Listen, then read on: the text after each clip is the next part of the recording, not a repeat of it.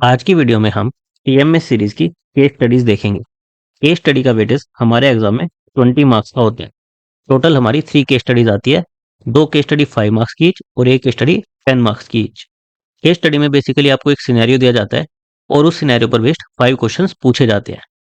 हमारी पहली case study है, mister issue is the portfolio manager of mister Rahul. हमें एक पोर्टफोलियो मैनेजर दिया है, एक क्लाइंट दिया है। क्लाइंट ने पोर्टफोलियो मैनेजर को 75 लाख रुपीज दिए 4 कंपनीज के स्टॉक में इन्वेस्ट करने के लिए और कहा कि हर एक कंपनी में इक्वल अमाउंट इन्वेस्ट करना, यानी कि हर एक कंपनी में 75/4 इतने लाख अमाउंट इन्वेस्ट करना है। इन्वेस्टमेंट के टाइम पर हमें हर एक स्टॉक का प्राइस दिया हुआ है। फिर उस स्टॉक ने एक साल में कितना डिविडेंड दिया वो दिया हुआ है और फिर एक साल के बाद जब हमने स्टॉक को बेचा उस टाइम पर उनका प्राइस कितना था वो दिया हुआ है। हमें इस डेटा के बेसिस पर क्वेश्चंस का आंसर करना है। तो जो ये डेटा दिया था हमें, इसको हमने टेबल फॉर्म में लिख लिया ताकि हमें हर एक क्वेश्चन को रेफर करने के लिए इजी रहे। फर्स्ट क्वेश्चन है, what was the return generated on investment in stock D. Stock D पर हमें कितना रिटर्न मिला। तो हमारे रिटर्न का फॉर्मूला क्या होता था, बेसिकली हम होल्डिंग पीरियड रिटर्न निकालेंगे, and value plus income minus start value divide by में स्टार्ट वैल्यू। एंड वैल्यू कितनी है 750, डिविडेंड कितना मिला 25, स्टार्ट वैल्यू कितनी थी 1000। तो इस फॉर्मूले में पुट कर देंगे तो हमारी रिटर्न आ जाएगी बेसिकली -225 डिवाइड बाई 1000 -22.5% हमारी रिटर्न आएगी। And value plus income minus start value divide by में स्टार्ट वैल्यू। हमें लॉस हुआ इसलिए हमारी रिटर्न नेगेटिव आई, -22.5%। नेक्स्ट क्वेश्चन है, calculate the number of shares of company B purchase by mister issue. कितने हमें कंपनी बी के शेयर परचेज किए। तो हमें अमाउंट इन्वेस्ट कितना था 75 लाख डिवाइड बाई 4। तो कंपनी बी में हमने इतना अमाउंट इन्वेस्ट किया, प्राइस इतना था तो सिंपली डिवाइड कर दें जो अमाउंट इन्वेस्ट किया डिवाइड बाय पर स्टॉक का प्राइस, तो उतने हमारे शेयर्स आ जाएंगे। जो हमने इन्वेस्ट किया डिवाइड बाय में उस स्टॉक का प्राइस, हमने 6250 इतने स्टॉक्स परचेज किए स्टॉक बी के। फिर नेक्स्ट क्वेश्चन आता है, calculate the portfolio return on the ₹75 lakh invested after this investment. हमें हमारे पूरे पोर्टफोलियो पर रिटर्न कितना मिला। अभी हमने फर्स्ट क्वेश्चन में क्या निकाला था, एक स्टॉक पर हमें रिटर्न कितना मिला। अब हमें पूरे पोर्टफोलियो पर निकालना है। तो हम क्या कर सकते हैं, हमें स्टार्टिंग अमाउंट पता है 75 लाख है। अब फाइनल अमाउंट देख लें कि हमने जितने पर सेल किया प्लस जितना हमें डिविडेंड मिला, हम सब मिलाकर फाइनल में हमारा अमाउंट कितना हुआ। फिर and value minus start value divide by start value, इससे पोर्टफोलियो रिटर्न निकाल सकते हैं। तो सबसे पहले हमें क्या फाइंड आउट करना पड़ेगा कि हमने हर एक कंपनी के कितने स्टॉक परचेज किए थे। फिर हमने जितने स्टॉक परचेज किए इनटू में सेल प्राइस, हर एक स्टॉक के लिए इतना अमाउंट मिला, प्लस हर एक स्टॉक पर हमें कुछ डिविडेंड भी मिला है। तो ये वाला अमाउंट भी हम ऐड कर देंगे तो हमारे पास फाइनल वैल्यू आ जाएगी कि हमने इतने पर बेचा, हमारे सारे स्टॉक्स को इतने पर बेचा, सारे स्टॉक्स ने इतना हमें रिटर्न दिया। And value plus return minus start value कितनी थी 75 लाख। तो इससे हमारी रिटर्न आ जाएगी 14%। एक मेथड तो ये हो गया। सेकंड मेथड क्या है कि हम हर एक स्टॉक का रिटर्न निकाल लें और फिर उनका वेटेड एवरेज ले लें। पोर्टफोलियो का रिटर्न क्या होता है, हर एक स्टॉक का जो भी रिटर्न है उसका वेटेड एवरेज। वेटेड मतलब कि उस स्टॉक का पोर्टफोलियो में कितना वेट था। पोर्टफोलियो रिटर्न क्या आएगा, sum of stock weight into stock का रिटर्न। हर एक स्टॉक का रिटर्न कैसे निकलेगा, sell price plus dividend minus buy price divide by में बाय प्राइस। इससे हम हर एक स्टॉक का रिटर्न निकाल लेंगे। फिर जब हम रिटर्न निकाल लिया तो सबका इक्वली वेट है, 1/4 वेट है। तो 1/4 इंटू स्टॉक 1 की रिटर्न प्लस 1/4 इंटू स्टॉक 2 की रिटर्न प्लस 1/4 इंटू स्टॉक 3 की रिटर्न प्लस 1/4 इंटू स्टॉक 3 की रिटर्न। यहाँ पर माइनस क्यों है, क्योंकि हमारे स्टॉक 4 की रिटर्न नेगेटिव थी इसलिए यहाँ पर माइनस आ गया। हम इसको सोल्व कर लेंगे तो अगेन हमारी 14% ओवरऑल पोर्टफोलियो की रिटर्न आ जाएगी।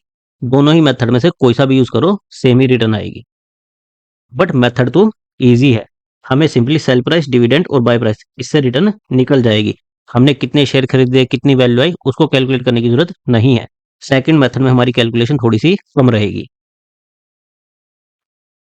What portfolio weight are to be use why calculating total portfolio return. हमें कुछ ऑप्शन दिए, हमें बताना है कि हर एक स्टॉक का वेटेज कितना यूज करेंगे जब हम पोर्टफोलियो की रिटर्न कैलकुलेट करेंगे। तो हमारे इक्वल थे, सबका ही 1/4 रेशो 1/4 1/4 यही था, सबका इक्वल वेट था। तो हम देख लेंगे किस में इक्वल वेट आ रहा है, 1/1 इसमें इक्वल आ रहा है, यानी कि हमारा ऑप्शन ए हर एक स्टॉक का वेट इक्वल था। तो जिसमें भी हमें इक्वल दिखेगा वो वाला हमारा आंसर हो जाएगा। The return received on this portfolio investment can be termed as dash, annual return, annualise return, holding period return, all of the above. तो हमने होल्डिंग पीरियड रिटर्न निकाली है, end value plus income minus start value divide by start value, ये हमारी holding period return होती है। तो option C holding period return. और इस रिटर्न को कब कैलकुलेट करते हैं? जब हमें स्टार्ट और एंड डेट कि किस डेट पर परचेज किया, किस डेट पर हमने सेल किया, वो नहीं दी होती, तो हम होल्डिंग पीरियड रिटर्न निकालते हैं कि जब हमने बाय किया उससे लेकर जब तक हमने उन स्टॉक को होल्ड किया, अपने पोर्टफोलियो में रखा, उस पीरियड में जो भी रिटर्न आई उसे बोलेंगे होल्डिंग पीरियड रिटर्न। इसे हम टोटल रिटर्न या फिर पॉइंट टू पॉइंट रिटर्न भी कहते हैं। तो केस स्टडी हमारी सिंपल ही रहती है। एक हमें डेटा दिया होता है, उसके बेसिस पर हमें क्वेश्चंस को आंसर करना होता है। बस केस स्टडी में क्या होता है, 5 क्वेश्चन जनरली आपस में लिंक्ड रहते हैं। उस क्वेश्चन में हो सकता है कि आपको अपने पिछले क्वेश्चन के आंसर को यूज करना हो। नेक्स्ट केस स्टडी है, अगेन हमें इन्वेस्टमेंट अमाउंट दिया हुआ है कि हमें 200 लाख इन्वेस्ट करने हैं, 4 कंपनी के स्टॉक में इक्वली इन्वेस्ट करने हैं। तो हर एक कंपनी के स्टॉक में कितना इन्वेस्ट करेंगे? 50 लाख। हमें इन्वेस्टमेंट अमाउंट दिया हुआ है, बाय प्राइस दिया है, डिविडेंड दिया है, सेल प्राइस दिया है। इसके अलावा हमें कुछ एडिशनल इन्फॉर्मेशन दिया है, इन्वेस्टर का नाम, हमें इनकम टैक्स कितना लगेगा, डिविडेंड अगर हमें मिलेगा तो उस पर इनकम टैक्स कितना लगेगा, फिर कैपिटल गेन टैक्स, जो हमें कैपिटल गेन हुआ कि हमने कम प्राइस में बाय किया, फिर हमने सेल किया हाई प्राइस में, तो उस पर कैपिटल गेन होगा, तो कैपिटल गेन टैक्स लगेगा इस बार 1% का। और हमारी रिटर्न की एक्सपेक्टेशन कितनी है? 50%। हम चाहते हैं कि हमें 50% रिटर्न आना ही आना चाहिए पोर्टफोलियो पर या फिर इंडिविजुअल स्टॉक्स पर। तो पहला क्वेश्चन हमारा यही है, विच stock has given the desired return? कौन सा ऐसा स्टॉक है जिसने 50% से ज्यादा रिटर्न दिया? हमारी डिजायर्ड रिटर्न कितनी थी? 50%। तो किस स्टॉक ने वो दी है? तो एक तरीका तो क्या है कि हम हर एक स्टॉक की होल्डिंग पीरियड रिटर्न निकाल लें, and value plus dividend minus start value divide by start value, return calculate कर लें और फिर चेक कर लें कि किसने 50% से ज्यादा रिटर्न दिया।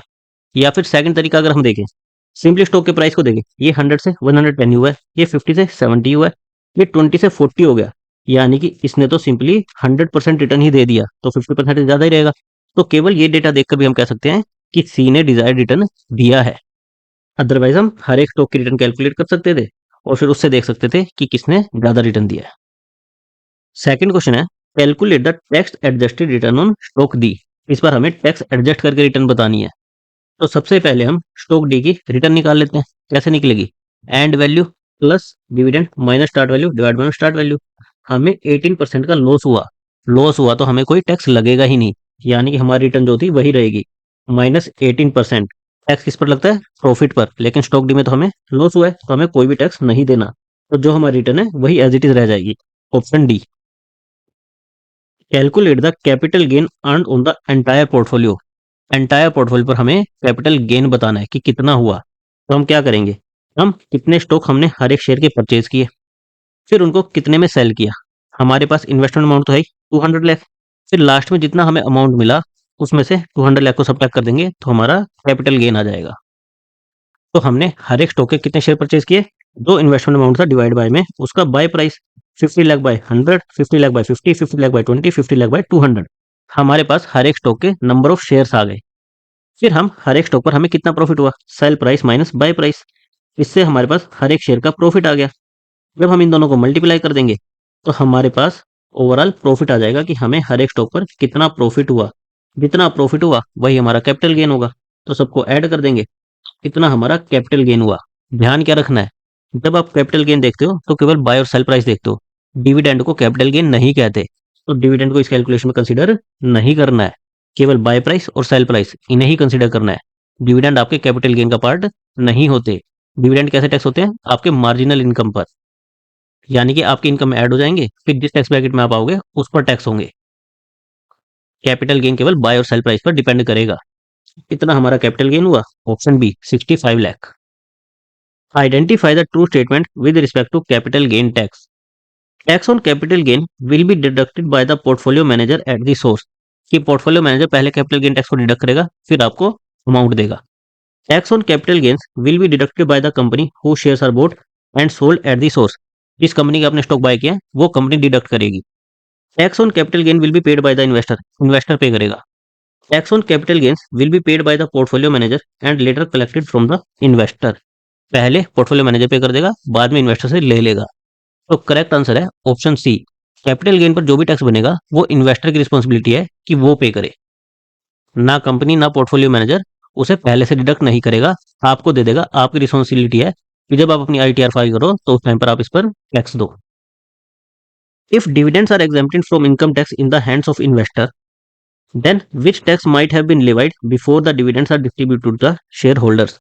अगर मान लो इन्वेस्टर को डिविडेंड पर टैक्स नहीं देना, वो एग्जेम्प्ट है, तो इन्वेस्टर को डिविडेंड डिस्ट्रीब्यूट करने से पहले उन पर कौन सा टैक्स लगा होगा? Dividend distribution tax, corporate tax, income tax, repatriation tax. तो अभी हमारे लेटेस्ट में तो क्या होता है कि डिविडेंड इन्वेस्टर को दे दो, इन्वेस्टर अपने आप टैक्स पे करेगा। पर पहले क्या होता था कि कंपनी डिस्ट्रीब्यूट करने से पहले ही डिविडेंड पर टैक्स डिडक्ट कर लेती थी और उसे बोलते थे डिविडेंड डिस्ट्रीब्यूशन टैक्स, डीडीटी। इसलिए option A, dividend distribution tax. और ये कब तक होता था? असेसमेंट ईयर 2020 टू 2021 तक। पहले डीडीटी लगता था कि पहले ही टैक्स डिडक्ट कर लो, फिर इन्वेस्टर को बचा हुआ अमाउंट दो, इन्वेस्टर टैक्स नहीं पे करेगा। अभी क्या होता है कि इन्वेस्टर को पूरा पूरा पैसा दे दो, इन्वेस्टर की रिस्पॉन्सिबिलिटी है कि वो टैक्स पे करे डिविडेंड पर। थर्ड केस स्टडी है, you are provided for the following information about 10 funds.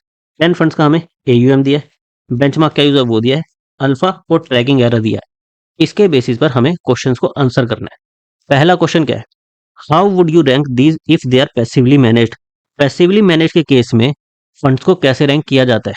Information ratio के बेस पर, अल्फा के बेस पर, ट्रैकिंग एरर के बेस पर, एयूएम के बेस पर। पैसिवली मैनेज फंड्स क्या होते हैं? जो किसी बेंचमार्क या फिर इंडेक्स को ट्रैक करते हैं। तो इनकी परफॉर्मेंस कैसे मेजर की जाती है कि जितना बेंचमार्क ने रिटर्न दिया उसी के आसपास ये रिटर्न दे, उससे ज्यादा डेविएट ना करे। और उसको मेजर करने के लिए तरीका क्या होता है? ट्रैकिंग एरर, कि जितना कम ट्रैकिंग एरर होगा उतना ही बढ़िया वो फंड है। पैसिवली मैनेज के केस में tracking error, option C, tracking error के बेसिस पर फंड्स को रैंक किया जाता है कि जितना कम ट्रैकिंग एरर उतना बढ़िया fund. Suppose these funds are indexed funds, which fund has perform the best? मान लो ये सारे इंडेक्स फंड्स है, तो किसने सबसे बेस्ट परफॉर्म किया?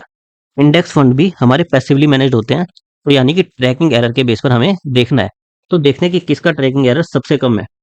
तो अगर हम फिफ्थ और 10th इनको देखें, इनका ट्रैकिंग एरर सबसे कम है, तो फिफ्थ और 10th ये सबसे बेटर परफॉर्मेंस वाले फंड है। अगर हम इनको इंडेक्स फंड माने, यानी कि पैसिवली मैनेज फंड है, तो जिनका सबसे कम ट्रैकिंग एरर वो सबसे बेटर।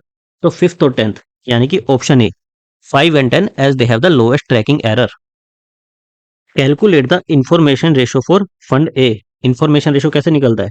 अल्फा डिवाइडेड बाय में ट्रैकिंग एरर। फंड ए के लिए निकालना है, तो 0.21 डिवाइड बाय में 0.0124, इससे हमारा आंसर आ जाएगा। और ये हमारा कितना आएगा? 16.93, ऑप्शन ए। सिंपली हमें फॉर्मूले में पुट करना था और हमारा आंसर आ गया। What is the best way of ranking these funds if they are actively managed? अगर फंड्स एक्टिवली मैनेज्ड हो तो उन्हें किस बेसिस पर रैंक किया जाएगा? Information ratio, alpha, tracking error या फिर एयूएम? एक्टिवली मैनेज के केस में इंफॉर्मेशन रेशो के बेस पर इन्हें रैंक करते हैं। पैसिवली मैनेज के केस में ट्रैकिंग एरर पर, एक्टिवली मैनेज के केस में इंफॉर्मेशन रेशो पर। इंफॉर्मेशन रेशो आपका क्या होता है? अल्फा बाय में ट्रैकिंग एरर। अल्फा क्या होता है? एक्टिव रिटर्न डिवाइड बाय में एक्टिव रिस्क, कि किस पोर्टफोलियो मैनेजर ने रिस्क एडजस्टेड बेस्ट रिटर्न दिया है। और साथ में इंफॉर्मेशन ये क्या बताता है कि मैनेजर कितना कंसिस्टेंटली रिस्क एडजस्टेड परफॉर्मेंस दे रहा है, वन टाइम नहीं, कंसिस्टेंटली कितना बेटर वो रिटर्न दे रहा है। एक्टिवली मैनेज के केस में हम इंफॉर्मेशन रेशो के बेस पर रैंक करेंगे और पैसिवली मैनेज के केस में ट्रैकिंग एरर पर। जितना ज्यादा इंफॉर्मेशन रेशो उतना बेटर फंड, जितना कम ट्रैकिंग एरर उतना better fund. Which of the 10 funds have generated highest beta adjusted excess return? Beta adjusted excess return किससे मेजर करते हैं? अल्फा से। अल्फा का हमारा फॉर्मूला क्या होता था? जो भी पोर्टफोलियो की रिटर्न आई minus CAPM, capital asset pricing model. और कैपिटल एसेट प्राइसिंग मॉडल क्या होता था? RF plus RM minus RF into में बीटा, ये होता था। तो बीटा एडजस्टेड एक्सेस रिटर्न, ये क्या है हमारा? Access return. सीएपीएम क्या होता है? Beta adjusted return. और एक्सेस रिटर्न किससे मिलता है? जितना हमने गेट किया माइनस में जो बीटा एडजस्टेड रिटर्न था। तो ये हमारा बीटा एडजस्टेड एक्सेस रिटर्न हो गया। और ये क्या चीज है? Alpha. Which of these 10 funds have generated highest beta adjusted excess return? किन्होंने किया? ये हम अल्फा के बेस पर जज करेंगे। देख लेते हैं किसका अल्फा सबसे ज्यादा है। तो अगर हम फंड 4 और फंड 8 देखें, इनका अल्फा सबसे ज्यादा है। तो फंड 4 और 8, ऑप्शन डी, इन्होंने highest beta adjusted excess return दिया है। फोर्थ के स्टडी में हमें डेटा दिया है, treasury bond, asset B, asset C, asset D. हमें टोटल 4 असेट क्लासेस दिए हैं, एक ट्रेजरी बॉन्ड है, बाकी 3 हमारी बी सी डी, ये 3 असेट्स हैं। हर एक का हमें एक्सपेक्टेड मीन रिटर्न दिया है और स्टैंडर्ड डेविएशन दिया है। इसके बेसिस पर हमें क्वेश्चंस को आंसर करना है। If you are a portfolio manager and could invest in only one of the three assets A, B और C, which one would you pick? अगर हमें ट्रेजरी बॉन्ड बी और सी इनमें से किसी को चुनना हो तो हम कौन सी पिक करेंगे? ए को, बी को, सी को? Any of them depending upon the risk profile of the investor and the investment objective. तो हमारा करेक्ट आंसर है option D, any of them depending upon the risk profile of the investor and the investment objective. अगर हम safe investor हैं तो treasury bond ए इसमें invest करेंगे कि ज्यादा रिस्क नहीं है। अदरवाइज हम बी और सी में से प्रीफर करेंगे। अगर हम रिस्क इन्वेस्टर हैं तो हम बी या सी में से प्रीफर करेंगे। Which of three asset B C D has the highest Sharpe ratio?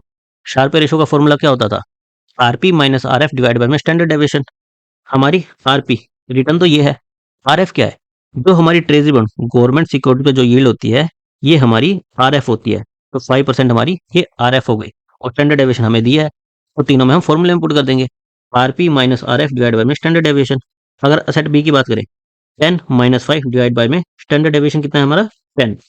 तो हमारा 10 माइनस 5 डिवाइड बाय में 10 0.5 आ गया। सिमिलरली सी के लिए कैलकुलेट करेंगे 12 माइनस 5 डिवाइड बाय में 15 0.46 और डी के लिए करें 7 माइनस 5 डिवाइड बाय में 17 0.11। तो किसका सबसे ज्यादा है? हमारा असेट बी का सबसे ज्यादा है, 0.5 सबसे ज्यादा है। तो हमारी असेट बी का शार्प रेशो सबसे ज्यादा है। If you could combine any of the other three asset with asset A, which one would you choose? A के साथ अगर हमें बी सी डी में से किसी को कंबाइन करना हो तो हम कौन सी पिक करेंगे? A with B, A with C, A with D, any of the above. तो अगर हम देखें हमारा शार्प रेशो किसका सबसे ज्यादा आया था? असेट बी का आया था। ए तो हमारी क्या हो गई? सेफ असेट हो गई। बाकी तीनों हमारे रिस्क असेट है। तो जब हम रिस्क असेट्स को कंपेयर करते हैं जिसका शार्प रेशो सबसे ज्यादा वो बेटर है इन्वेस्ट करने के लिए, हम ए के साथ बी को कंबाइन करेंगे। ऑप्शन ए असेट क्लास को बी के साथ कंबाइन करेंगे। क्यों करेंगे? क्योंकि बी का शार्प रेशो हाईएस्ट है। Within the framework of portfolio theory would you automatically rule out asset D by dominance if you could combine it with asset B and C? अगर हमें B और सी के साथ option दिया जाए कि D को कंबाइन करना है या नहीं करना, तो हम क्या डायरेक्टली इसको रूल आउट कर देंगे कि इसका शार्प रेशो वगैरह लोवेस्ट है? तो क्या हम इसको डायरेक्टली रूल आउट कर देंगे या हमें कुछ और इन्फॉर्मेशन की जरूरत पड़ेगी?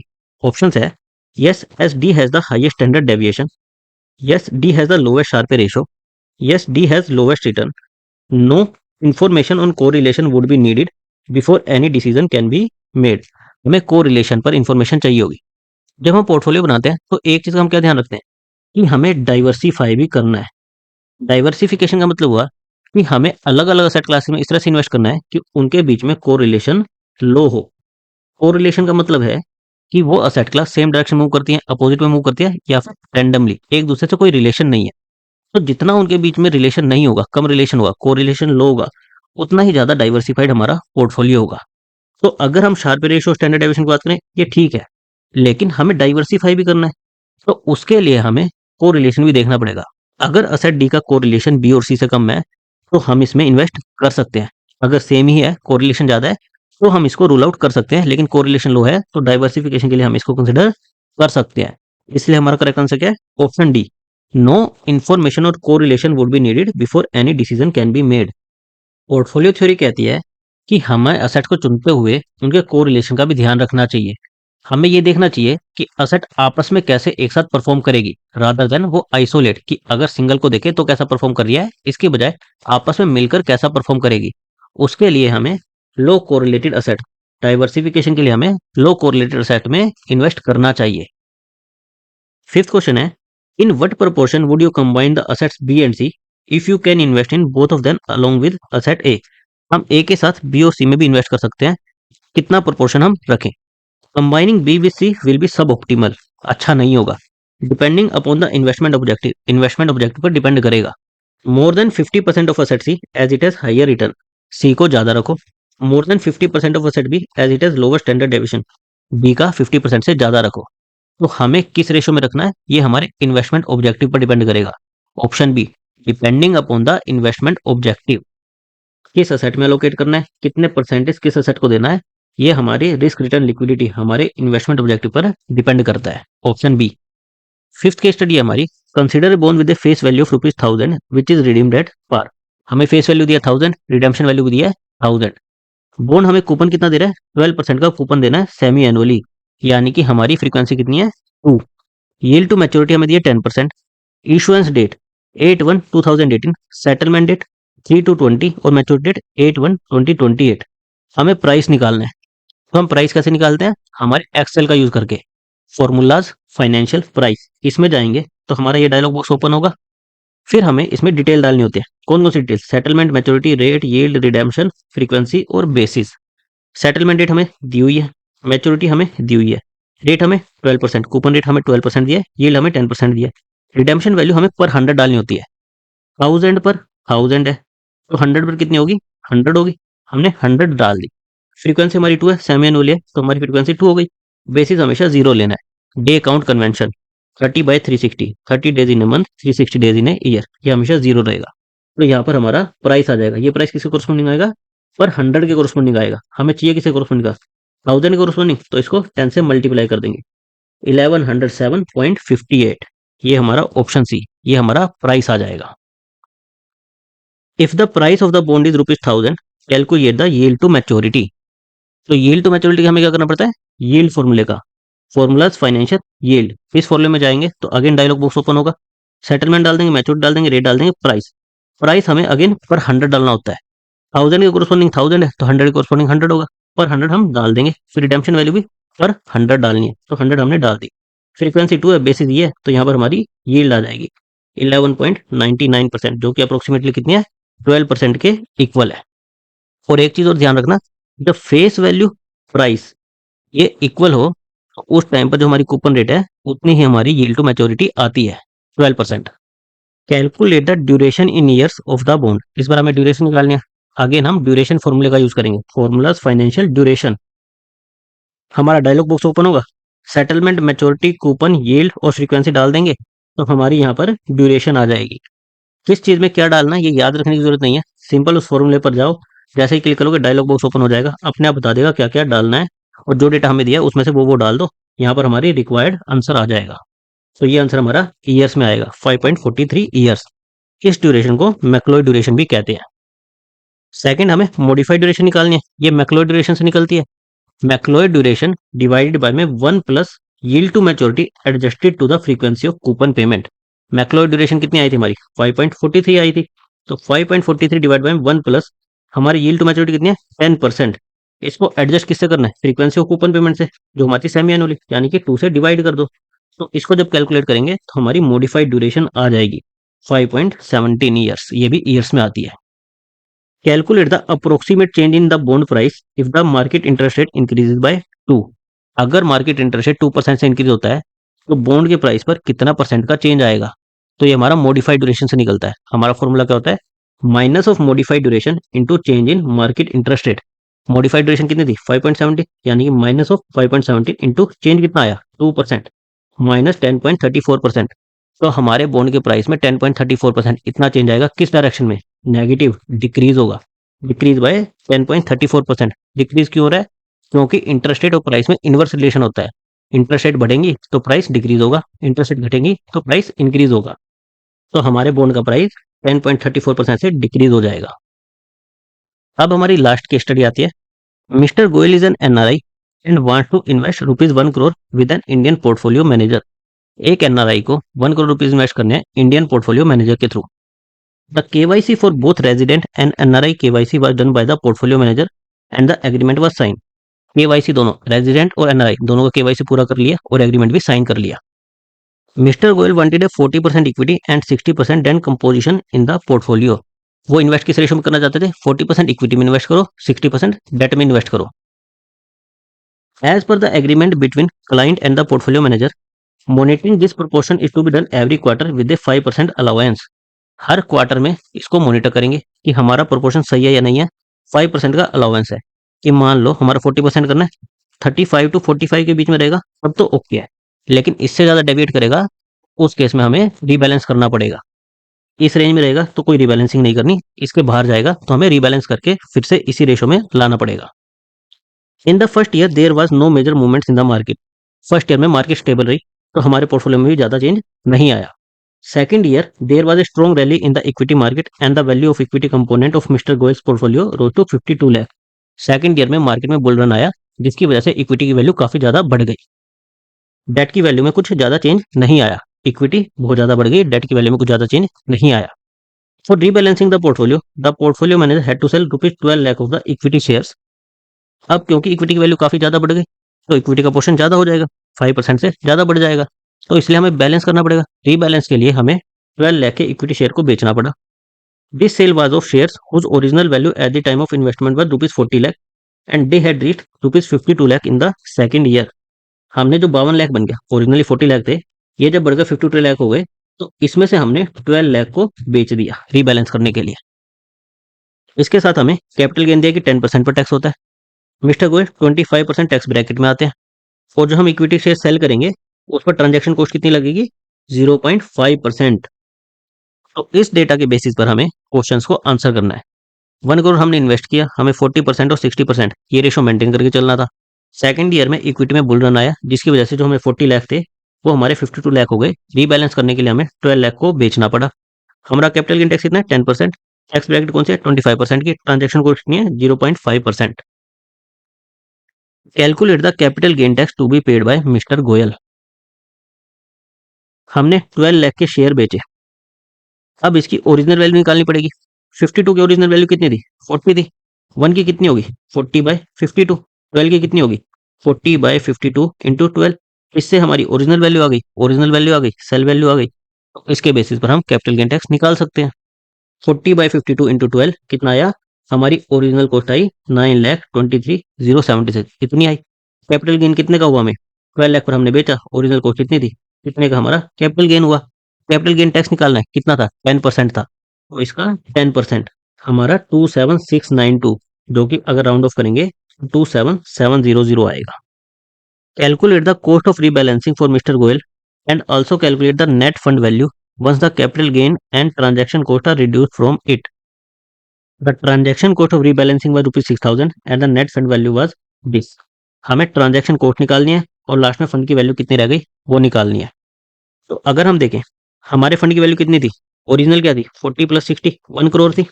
लेकिन फिर ये 40 52 हो गए थे, डेट में कुछ चेंज आया नहीं था, तो यानी कि 1.12 करोड़ इतने हमारे फंड की वैल्यू हो गई थी। लेकिन इसमें से घटेगा क्या क्या, हमें घटाना है कैपिटल गेन और ट्रांजैक्शन कॉस्ट। कैपिटल गेन हमने प्रीवियस क्वेश्चन में कैलकुलेट किया था, तो हम वो कैपिटल गेन सब्ट्रैक्ट कर देंगे।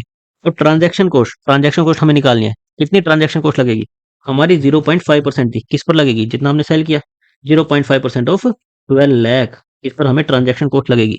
तो हम ट्रांजैक्शन कॉस्ट निकाल लेते हैं और नेट फंड वैल्यू निकाल लेते हैं, उसके बेसिस पर हमारा आंसर आ जाएगा। तो हमारी ट्रांजैक्शन कॉस्ट क्या आई, 0.5% ऑफ 12 लाख, जो कि है 6000, यानी कि इन तीनों ऑप्शन में से कोई आएगा। फोर्थ में तो कितनी दी है, 5500, ये तो क्रॉस हो गया। हमारी नेट फंड वैल्यू निकालते हैं। Equity plus debt 52 lakh plus 60 lakh minus tax, ये हमने लास्ट क्वेश्चन से कैलकुलेट किया था। कैपिटल गेन टैक्स हमने लास्ट क्वेश्चन में कैलकुलेट किया था, वो सब टैग कर दो, माइनस जो हमारी ट्रांजैक्शन कॉस्ट है वो सब टैग कर दो। तो हमारी फंड की वैल्यू आ गई 1,11,66,300। देख लेते हैं किसमें, हमारा यहाँ पर है, यानी कि option A. The transaction cost of rebalancing was 6000 and net fund value was this. Assuming Mr. Goel kept the required hurdle rate at 20%, hurdle rate decide की हुई 20%.